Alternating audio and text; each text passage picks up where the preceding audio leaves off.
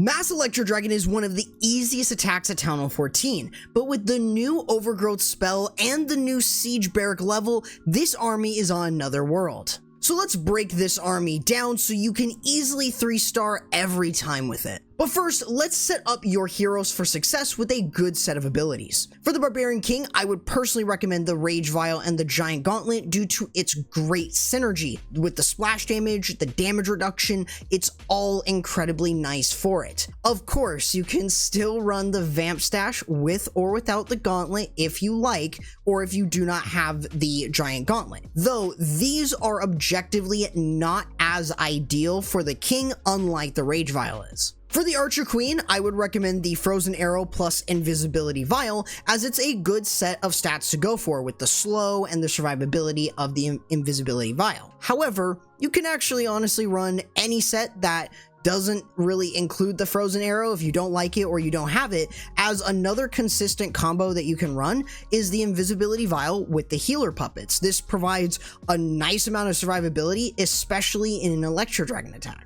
Now for the Grand Warden, you are always going to run this Healing Tome with the Eternal Tome. Not only do they synergize incredibly well with Electro Dragons, but they can get you deeper into the base and allows your E-Dregs to stay alive for far longer, making this a must-use in an Electro Dragon attack. And for your Royal Champion with the newest equipment that she has, I would strongly recommend the Hog Puppets with the Royal Gem. This set is just incredibly good because all you have to do is place in your Royal Champion and forget about her. Basically, she gets a ton of healing from both sets of abilities, and then on top of that, you spawn in Hog Riders. So it's incredibly useful for you to use, and honestly, it's definitely her go-to. However, you can always run her defaults, though you just have to pay attention on where you can get the most value from your Seeking Shield. Now with that said, how does this army actually work? Well, for starters, you're going to funnel one side of the base with your King, Queen, Siege Barrack, and Apprentice Warden.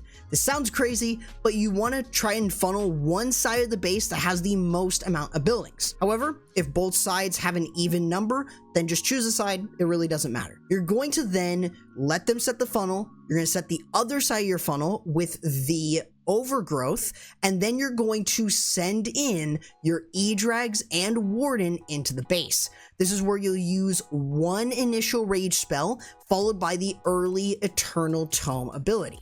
This will allow your E-Drags to kind of move in and start working into the core. As your E-Drags move deeper, your second Overgrowth spell is going to be used, usually on the same side, to get them deeper towards the Town Hall or towards the back end of the base. This should allow you to use your rage spells to clear those areas quite effectively. Otherwise, as your Overgrowths expire, you're going to basically send in your Royal Champion to clear up any leftover areas that your Overgrowths left, and otherwise any spells that you can use to support her are always nice, but you don't really need to thanks to her abilities. Now this should be a simple and straightforward way for you to move through most bases, so here's what I would recommend in your army composition.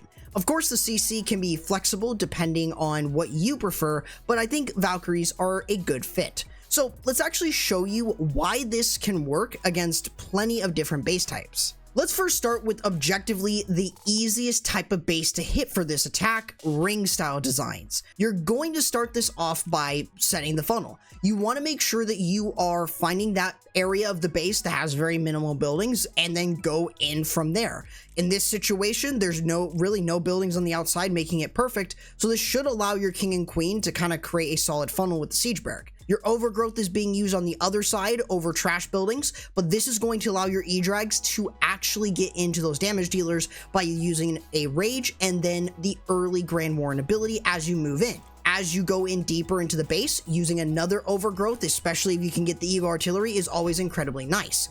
Dealing with the enemy CC with the poison, using a freeze for the Town Hall, and using your rage spells to absolutely clear the core is extremely important. You want to just make sure that as you're moving deeper into the base, you've got something like Valkyries from the CC to help clear through and help your King and Queen get even more value off of the base. This is where you have that back end Royal Champion once the core is basically been completely gutted, this allows your royal champion to kind of swoop in and start clearing out all the other buildings left, right, and center. It's a really simple way to actually get through a lot of these type of bases, and I find it to be incredibly consistent, as ring bases have that one major issue of not being able to control where your E-Drags go. But now with this, you can do that and then have your back-end royal champion with Hog Riders to just absolutely clean house with these type of designs. Now, how about a bit of a tougher design in the form of an anti-3 type base? So the way that you're going to do this is look for the area of the most amount of buildings that you can clear with the siege barrack. In this case, it was going to be on the right side. This allows us to use a couple lightning spells to remove the sweeper and using an overgrowth on the left side. This also allows me to just send my RC into that spot so I can use my E-Drags through the middle part of the base. Notice how that this base is more spread out, but this army can still work well. You want to make sure though that you're just controlling the pathing, so as long as you have a couple E-Drags as you move in, that's perfect with the initial rage, early Grand Warden ability, and dealing with the enemy CC with the poison and freeze if possible. Otherwise, just be very patient with your rage spells as you work in, having them kind of moving them deeper into the base, allowing you to then possibly get to the town hall, chain on that. It can be incredibly good. Having the royal champion towards the back end to help your E-Drags and help clear out other buildings like the Eagle Artillery can very much help. At this point, you should have a ton of E-Drags at your disposal to help you clear through, and having the back end royal champion can very much help. These type of designs, despite them being a bit more spread out, will still have some form of chain that you'll want to take advantage of, and having the rage spells there, being very patient with them, is what you want. So just be sure that if you're sending in the rage spells, be sure that you're getting value out of them so you can very easily 3-star. Now, as for box type bases, they can be relatively easy with this strategy. You're going to mainly start by just looking for an area that you can create a solid funnel in with your siege barrack. So I would highly recommend just choose a side, like in this situation, choosing one with the most amount of buildings is the name of the game. So that's exactly what I did. You just want to make sure that what you're doing is you want to get some sort of value, so you can always be really patient with your super wall breaker and enter into an area of value. Of course, using the lightning spells over a sweeper is still going to help greatly, and then just use your overgrowth to set one side of the funnel and use your Grand Warden with the Electro Dragons to move into the base. Since this is a symmetrical design, it can be incredibly easy to move through with an early rage and Grand Warden ability to boot. As you work into the core, you should get some really nasty chains, but you should also continue to prioritize the funnel by using that second overgrowth spell. As they move deeper in, you're basically just going to allow them to do their own thing.